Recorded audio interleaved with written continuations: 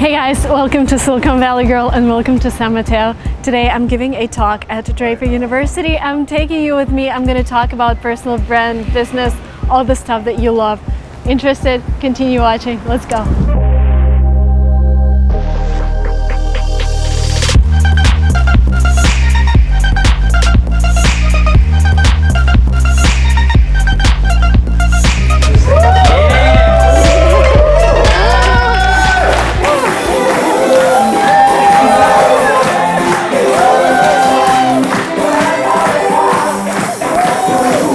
Thank you so much for this warm and energetic welcome. That's amazing. Thank you guys. Yeah. Loving the energy. That's amazing. Back in 2015, we're sitting at our small place back in St. Petersburg, Russia, and we're trying to grow this startup. We just started called Linguatrip. It's a booking platform for study abroad courses, like when you go to a country to learn a language. And things were not going well because we were paying our developers a lot of money. In Russia it's like $1,000 a month, but it was a lot for us. I lived off like $300 a month. We were trying to raise money, and I had like maybe 50 meetings in Russia, and one of the meetings ended up, I was standing on the stage like this in front of maybe like 40 investors, and I present Linguatrip, and the guy stands up and says, hey, do you know the best thing you can do with the company right now is shut it down? Because, you know, we had a similar startup. People don't really travel to learn languages. There are so many apps. And I was sitting there nearly crying because we had so many meetings, we couldn't raise money, I didn't know where it was going. But then after like maybe another 10 meetings, we met a guy, came from Silicon Valley. He was just mentoring startups. He introduced us to 500 startups in Y Combinator, and it was an amazing day. So on Friday, he introduced us. I think on Friday night, I had an interview with 500 because they were already closing the batch. And I had an interview with a girl who just came back from Chile where she was studying Spanish. And she was like, you know, in order to book a school, I had to go to TripAdvisor. I had to look for schools. I had to contact them directly. And I'm so excited you're actually doing a platform where I can book all of that. Tuesday morning, we wake up, I check my email, and there's this letter from 500. You guys are getting $100,000 in investment. Welcome to Silicon Valley, but we need you there in like 2 days. And we're like, I'm calling our CTO and I'm like, hey, we got accepted. And he's like, do you know what date is it today? I'm like, what date? And he's like, April 1st. I'm like, April Fool's Day. I'm like, no, this is serious. It's a real document in my email. And then we had maybe like 12 hours to book the super expensive flight to San Francisco. We came here, started the program. The program was 4 months. And then at the end of the program, because sometimes you think, oh, I got this investment, I got in this amazing accelerator, and you think the life is amazing, everything is going to grow. But the problem is we saw that a lot of startups here just rely on investment injections. And we realized that if we don't start to make enough money, we'll just eat through that money. We raised some money from angels as well. But we realized that the way for a company to go was to generate profits. So we spent 4 months here, then 2 more months fundraising, and I applied for my O1 visa, which is like an extraordinary talent visa. Yeah, I see you nodding. You know what I'm talking about. So I applied for that visa, and I went back to Russia because we decided to minimize our costs and gain profitability. So what happened later? I had an interview at the embassy in the US. So my O1 visa was approved here. Then there's a second step where you go to the embassy in your own country. And I go to the embassy, and I was 25-year-old back then, and I look like a teenager. And I come to talk to the guy, and he's looking at me. He's like, so what is your special ability? And because he was talking to me in that way, I'm like, I built a company, you know, we just got investment from Silicon Valley. He's like, oh, really? I'm like, and I'm standing there with this pile of documents. And his next question was like, are you sure you're applying for the right type of visa? And I'm like, oh yeah, you know, I paid my lawyer like, what, it was $6,000 or something. And he's like, you know what? I can't find your visa number in our system right now, so I'm gonna give you this paper which says your visa is denied, and just, you know, go home and we'll figure it out. And I got to realize that our company is now registered in the States. We have a bank account here. We have all of our investors, and I don't even have a right to come back. So I called my lawyer. He said, Marina, don't worry. I've been in practice for 10 years. We've had only one case on like that. It took a year to resolve everything, but in the end he got his visa. I'm like, okay, awesome, 1 year without going to the US. It took him 2 months to resolve the problem. They found the number, they approved everything, so I got my visa. And then in November 2016, I think we reached profitability summer 2016. And in November 2016, Dimitri, I, and our CTO, we moved to the US. I wanted to focus a little more on how we actually gain profitability, because I think we're in the unique position here where I started blogging during my entrepreneurial journey. So basically back in 2014, we bought our first ad from an influencer. And she had, I think, 60,000 followers on YouTube. And I was like, oh my God, she's a superstar. Let's send her to the UK, get her a free trip. And she said yes. She went on that trip. And the next day, and she was this fashion blogger. Like, now I wouldn't invest in fashion bloggers in terms of like education, because they have a different kind of crowd. But what happened, she went to London. And the next day she released her video. We had a line of girls with like Louis Vuitton bags and stuff in front of our office willing to book that trip. And like, oh my God, influencer marketing is so powerful. And then we got another ad from an influencer and another. And I was like, maybe I should also start talking on YouTube, because, you know, they're getting all this free stuff. But basically what drove me back then is that I was also applying to for an MBA program in the US, because, you know, when getting all the no's from the investors, when struggling with money, you're thinking of other ways to grow your company internationally. And I thought, if I get an MBA in the US, and somehow I heard that some universities give full financial aid to international students, that maybe I would try. And I tried, I took my GMAT, I took my TOEFL, that was end of 2014. What happened is that in March, we got an offer from 500, and I also got 2 offers from local university. I got an offer from Johns Hopkins University to do my master's with a full ride, and an offer from the University of Florida. But I had to decline them because I was talking to Dimitri a lot about that, and he was like, come on, you know, growing your startup is a once-in-a-lifetime opportunity. So I declined the MBA offers and started working on a startup. But going through that journey gave me amazing content for my blog, and I was like, I just want to share it. And it wasn't something fancy. I just had my iPhone, I put it like my window to get better lighting, and I started talking about that experience. And I didn't have any expectations about YouTube. I just uploaded the video and I waited for a month, and then in a month I'm checking and there is 1,000 views in my video. And I'm like, hey, Mom, I have 1,000 views in my video. Can you imagine that? And she's like, oh yeah, if we collect all of those people, it's like a small stadium. And I'm like, wow, this is so powerful. And when I came here to the US, we had like $2,000 to get a car. First, we tried to move around on bikes, but then we realized it's impossible, especially if you want to get some food and stuff. And I made a video about getting a retired police car, because that was the only car we could buy, like a decent car we could buy with $2,000. And that video went viral on YouTube. I think we got like 500,000 views. And I realized that people are starting to come into Linguatrip and book their trips, because I'm talking about the US, I'm showing them what we're doing. And then I realized that I also have to invest my time in building this personal brand and talking to people. And I know for some companies you're maybe thinking, I hate being in front of the camera, I don't know what I'm going to talk about. But you know, even like hiring somebody who would talk and give content to your customers is really, really crucial these days. Because if we just invested in ads, if we invested in like Facebook ads, Google ads, we would spend so much money. If you're trying to build your marketing strategy on a very limited budget, just talking about what you do, just showing the face behind the company is really, really powerful. So right now I have 3 channels. Linguamarina is my largest channel where I teach people languages, 1.5 million followers. Silicon Valley Girl, 240,000 followers. There I focus more on like entrepreneurial stuff. 3rd channel is in Russian. That was my first channel, almost 1 million followers. And I think what's happening right now is Instagram is a huge platform for making sales, because you have this 24 hours, so if you're like giving your customers a splash offer, that really works with the timer and stuff. This is where we see a lot of sales coming from, especially if your product is like $50 to $100. This is a perfect platform. So yeah, this is my story in short, and I wanted to focus more on your questions, guys, because you know, maybe some of you are just starting to build a company and you have questions about your company, or maybe about building personal brands. So I think we'd open up to Q&A, and I would try to work on your questions. So when you first started doing your video recordings for YouTube, I'm just wondering, did you just find yourself flowing with talking, or did you have to do tons and tons of recordings and delete, record again, delete? recording? Yeah, it's actually both. I think when you start doing something, when you start putting content out there, like my best content is the content that I don't have to prepare for.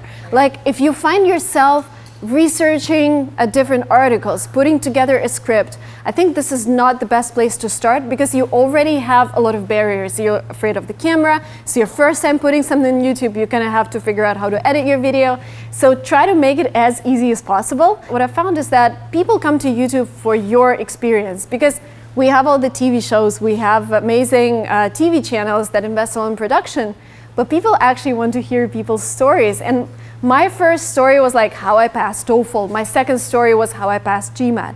So it's just talking about my own experience, no script, nothing. Now I do some scripted videos, but just because I can invest in production and know how it works. But then, and going to the second part of your questions, yes, you delete a lot. You edit out a lot because my speech was completely different.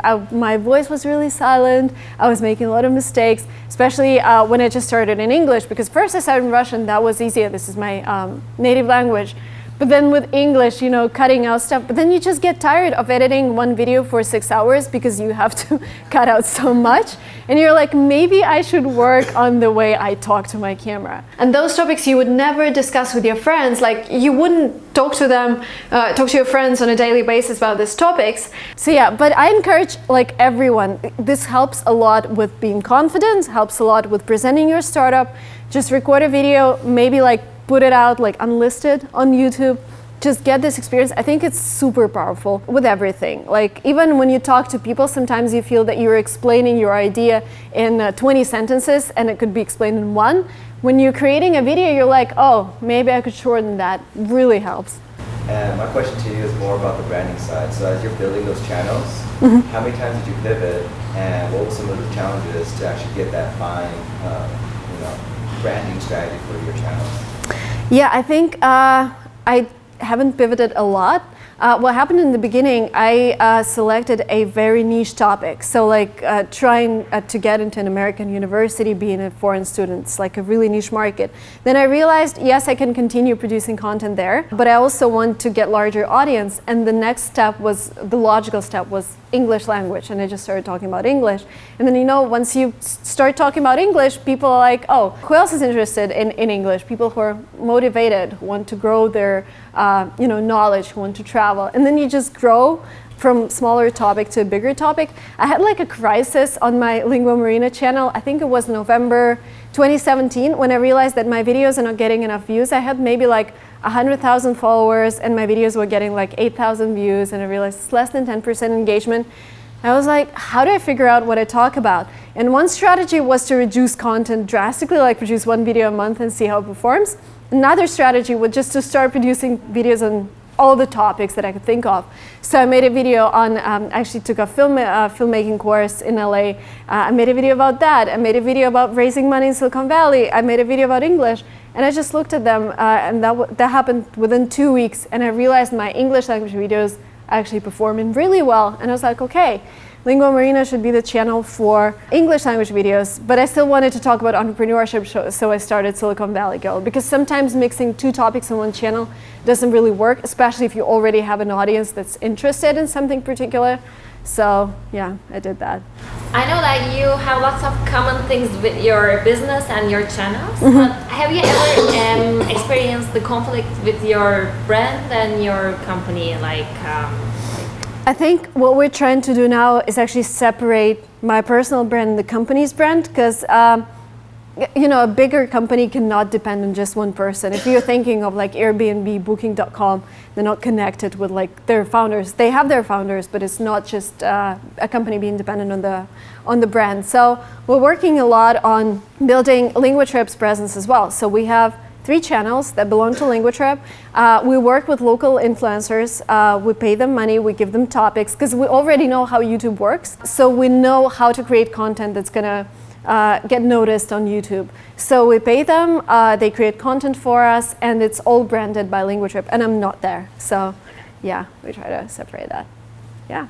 Looking at your transition from Russia to coming into the States, I think a lot of us want to be here, and then we want to move our businesses here and our personal lives, but it comes with a price, because it's not that easy making that transition, leaving your friends, your family behind, and you know, coming in here.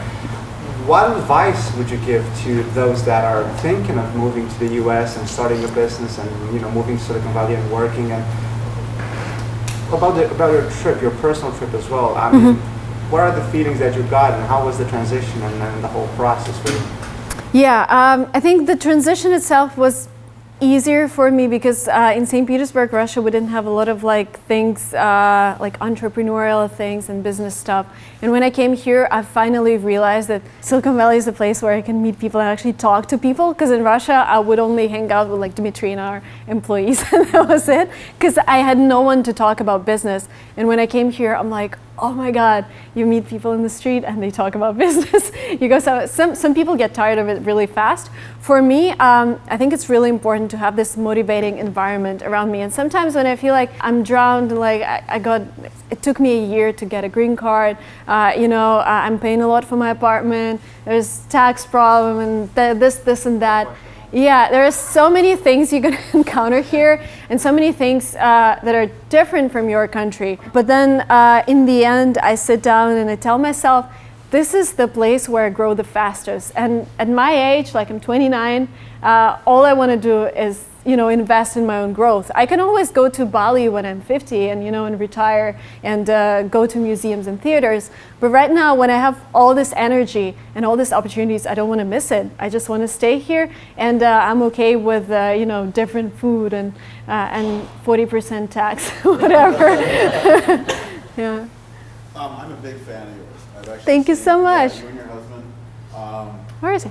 There he is. Yeah. Thank you. So I watch like a lot of your videos. Thank you so much. I eat oatmeal for breakfast. Oh, me too. Love it, love it. Yay. Yeah. And you were like, that's like the big thing. Like, Yep. I come to Silicon Valley and oatmeal is like my power breakfast. Yes, it's the Yes. best, by the way. I've seen like your Amazon, where you went to the Amazon store. Yeah, Seattle. Everything. You guys are, Thank you so much. like, I'm not stalking you. I'm just saying.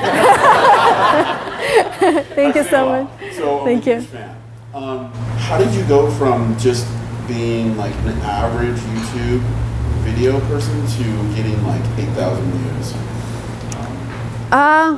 Yeah, I don't know if there is like a term like average YouTube person.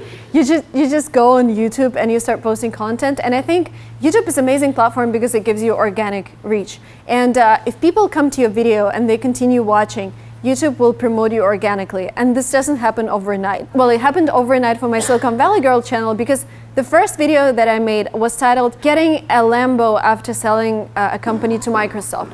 But this is kind of clickbaity because it wasn't me getting a Lambo, it was a guy who I filmed in that video.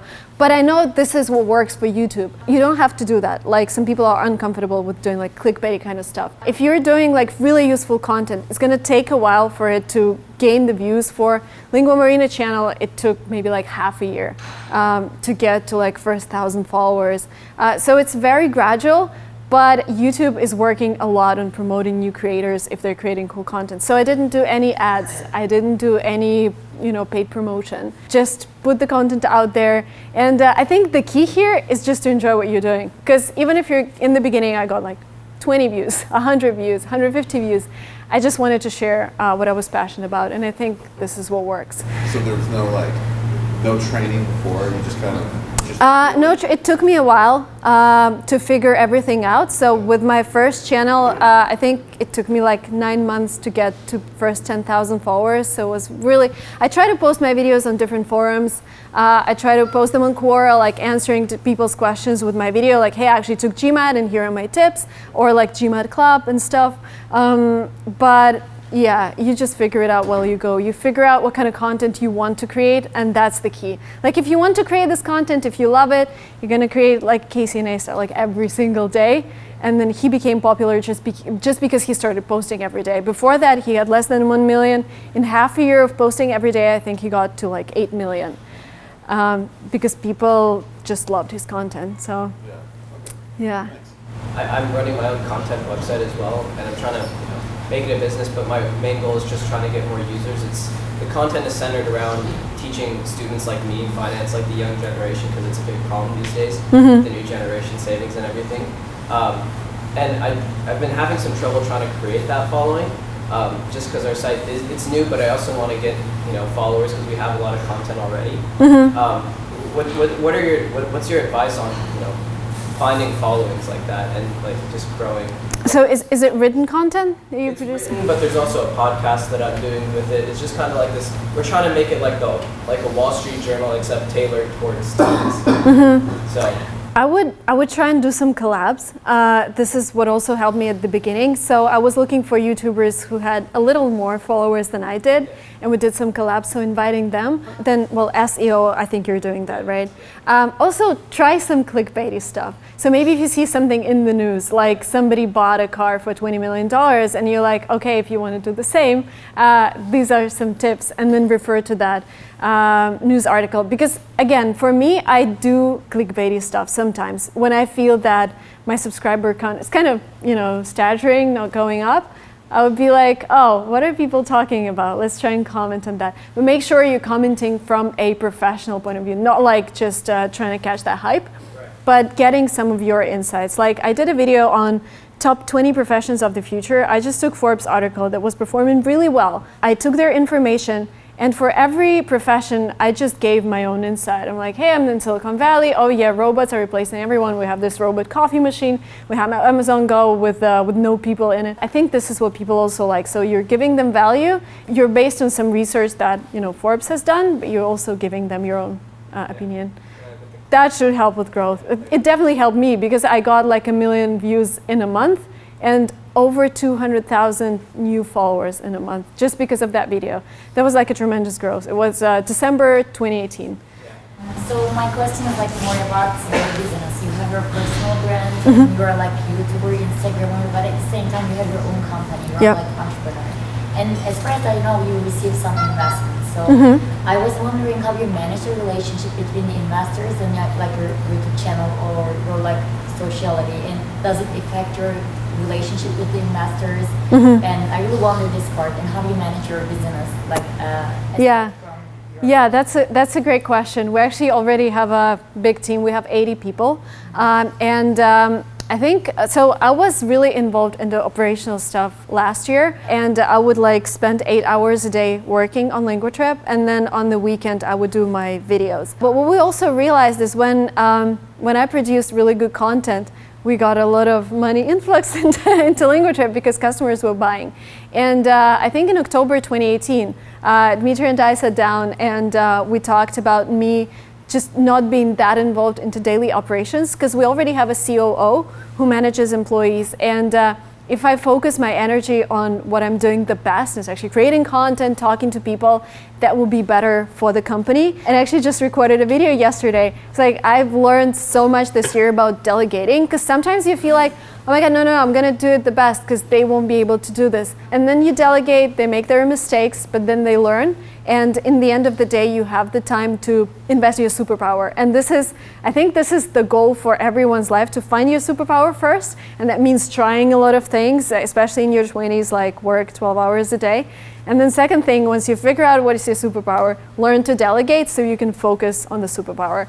And basically this is what happened. We now have a team of 80 people doing operational stuff, so I could concentrate on creating content for the company as well. And I think investors are okay with that, as long as they see our monthly updates with rising revenue, they're okay. Yeah, I'm still the one who sends all the reports and stuff, so I'm always there for them. Yeah. So my question is, social media is great. It's over the last 10 years, it's been really pivotal and an important part of a lot of companies' growth, right? But a lot of the founders here are early stage founders, and it's like how do you like choose what you spend your time on, basically? Like if you're spending 6 hours editing a video, how is it useful your time? Like the goal is to build a company and make money, then not to have a million subscribers on or on YouTube, right? And so how do you manage your time, and how do you know that what you're doing is actually driving results to your business? Yeah, I think for any business, I know all businesses are different, but what I figured out for the businesses that we have Linguatrip, we also have like Fluent Express, which is a editing tool for text. We have like smaller stuff that we're always launching. I think coming up with a product that's really easy to launch, and then creating some content around it to see how it goes, like try to sell it. I think this is key because then you're not diving too deep into, you know, coding and stuff, and in a year you release a product, you realize people don't need it, and you need another $10,000 to invest in Facebook ads in order to test the idea. So I would say, like, if you created a product, like try with a small product, try creating some videos around it, explaining what kind of product that is. Like, for example, like the latest thing that I've done, I've launched a course on how to start a YouTube channel. And I made some videos around it, and we made some Facebook ads, and we did some twists, and it gave us a lot of feedback. And then we just launched it. And after that, I invested in creating the actual course, you know, hiring people and stuff. So being able to test your ideas by creating some content is really crucial these days. And I think it helped our company a lot with launching the new products. And always try to, you know, if you don't want to edit a video yourself, try to find interns, or like, I know that there's an arts academy in San Francisco, and there are a lot of students who want to just volunteer in editing. And you don't need a super professional editor, you don't need an animator, you just need a guy who's going to crop and put it out. And they're willing to do it for free. Thank you for coming. Yeah, thank you. My question is related to the 500 startups. Yep. So now you are a bit lucky talking to a girl that had the exact problem you're solving. Yeah. What else do you think you did right in order to get that slot of 500 startups? Oh, sorry, was like, it? what did you get right to get in? What did you do? I think first we already had some traction. I think we were making $20,000 a month in gross revenue, but we only took 20% of that, so it's $4,000. That helped a lot. Second, we already had a platform that we could show. It wasn't really functioning, so we were talking about automation, but in the real life, so we told that we would have it in a year. But at the time when we applied, everything was manual. Like the booking came through, but then we had to do everything manually. Even the payment system wasn't there, which is, you know, send people the the invoice. And yeah, so I think having some experience in the area, having some revenue. In our case, what was really powerful is that I was the product of the company, because I traveled to learn languages myself. I told investors that I know exactly what the problems are, because I've been a language student myself 4 times before that, and I know how hard it is to book a language trip. I know how hard it is when you see the pictures on the school's website, you come to the school and everything is completely different. I think that also helped a lot. And you know, having a great team, Dimitri and our CTO, they're really cool professionals. So Dimitri, we started a business with him together back in 2011. We were 21 years old, and our CTO had an 8-year experience in coding. So happy that we are here today. Thank you, guys. I've been watching you for a long time. Oh, thank you. He told me, I was like, so. I actually saw my channel before this. Yay! Thank you, guys. Thank you. So I know that a lot of people right now are using minimalism or minimalism like style, lifestyle. Have you thought about it, like to have some video YouTube about minimalism? Try it. I actually filmed it yesterday. But I filmed a video, yeah, that's amazing. I filmed a video about minimalism on your schedule, like having only 3 goals that you're working on per week. Second, having less than 3 tasks on your schedule every day, because you still end up with 20 by the end of the day, because they pile up. Delegating, getting rid of stuff that you don't like in your closet, like all of that. Yes, it's going to be in the video. I just sent it to my editor, so it's going to be out next week. I'm from Taiwan, and I also have a YouTube channel that's like teaching English to Chinese people. Oh, amazing! Maybe we should collab. Sorry. Like no collab. So I have like 2 questions. One is pretty specific. It's because I'm still like starting. I started last year, but I actually stopped like half a year ago. Because first, like you said, spending 6 hours on one video, and then, you know, if you don't get enough traction, like you just kind of lose a little motivation for that. But is there like a benchmark on like how much time to spend on a video and like how much traction? Like you said, you test a lot of topics. Yeah. And then like what's the mark? Like is there like a how do you say metric for? Yeah, There is just one metric, if you're enjoying it or not. Like with YouTube, if you give yourself a metric, oh, I need 1,000 followers in 2 months, it's not gonna work. Because it takes a while for some channels, especially with education. Yes, you could film kittens and funny dogs, and you will get millions of views, but the audience that you wanna get is the one who would come to a meeting like this. But if you're just producing viral content, like BuzzFeed, they're amazing. But if they did a meetup with a guy who did like Mentos and Coca-Cola experiment, would you go to that meetup? Probably not. So I think focusing on the audience that you like, and it's okay if it's just 50 people, maybe it's 100 people, but it's 1,000 in a year. So that's the only metric. Do you like the content that you produce? If you're enjoying, if you're producing it, if you feel that it's taking too much time, try to film with your iPhone and then editing in iMovie. It took me altogether maybe like 3 to 4 hours. If it's just a talking head, you're just talking to your phone and just editing on your phone, then maybe 4 hours is enough. But yeah, just enjoy what you're doing. And a quick second question, because like it's an English-focused channel in Taiwan, so like I also have like created an Instagram account and just trying to build other social media following around like the same content. Like, do you have tips on like how I should approach like different like podcasts or content and then video content, and then how do you like collaborate between different platforms? You don't. That's the answer. The thing is, with Instagram, if you guys are trying to start on Instagram only grows if you pay for ads. That's the thing. There is no organic growth on Instagram. Maybe with IGTV, I know that they're giving the last push to IGTV because it didn't perform the way they wanted to. But still, if you produce like a really bad video, it's still gonna get a lot of views because they would try to push it. But yeah, growing on Instagram, I invest a lot in ads. I just started it, and I buy ads from other bloggers so they could endorse my profile and talk about it. When I try to post my video on Instagram and tell people like, hey, swipe up, I get less than 5% conversion rate. People don't like switching platforms. So they might come to Instagram from YouTube if they are your true followers, but I would suggest building audiences separately on every platform. Unfortunately, that's a lot of work, but this is what I figured out. Okay, thank you. Yeah. How much of your success today do you attribute to starting on social media? Like, are there any like opportunities that came out of, she mentioned like investors or any business opportunities or different things like that? Or could your business be where it is today without what you done on social media? No, of course, it helped a lot. Like the first thing that helped a lot was actually getting into 500 because I didn't have a huge channel back then, but we got some press, we got some money, and we were able to drive some experiments. Second, our initial boost in growth was thanks to the channel, but now I think it's mostly team effort. So if we look at our Google e-commerce right now, my channel would be number 8 source of revenue because we already have organic search, we created a lot of companies content, but in this growth stage, like going from 20K a month to 500K a month, that was a lot thanks to my social media. Am I right? Yeah? Sure. Yeah, okay.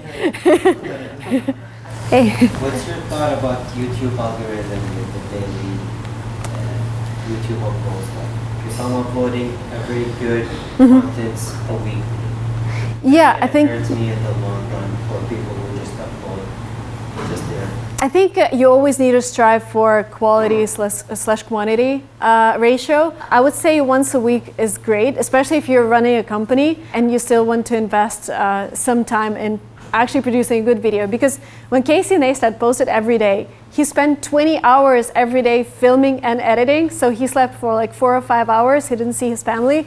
And I don't think that's healthy. Yes, he gained this momentum and gained his growth. This is not for me, for example. So I decided to post once a week for each channel, which is now three times a week, maybe sometimes less. This ratio is very important. And YouTube doesn't really care how often you post. It looks at every video individually. So if it's a good piece of content, and maybe you had 100 videos before that didn't perform at all, but this video is like really good, and people stay on YouTube just to watch it, it's gonna promote it anyways. So it doesn't care about your prior history, it doesn't care about your schedule, it doesn't care about anything, only cares about particular video.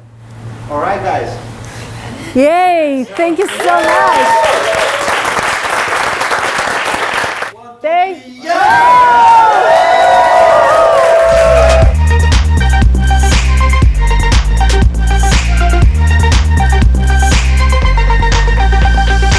Thank you guys so much. It was amazing. Thank you. so much for coming to hear me talk. I am so excited to say it once again. My followers are the best. My crowd is the most motivated crowd that I've ever seen. I'm really proud that you're coming from all over the world to different places, to the US, to Silicon Valley, to build your startups, to grow your personal brand. And the most amazing thing that unites us is that we have our goals and we're willing to work. And I am so proud that you're all watching my videos. Thank you again so much. Really enjoyed the talk. A lot of positive energy. Got a lot of energy to create more stuff for you guys. So here now, subscribe to this channel. Hit subscribe and more content is coming. You know, deep inside I'm like, I'm a kid who's jumping like crazy. See you soon. Bye bye.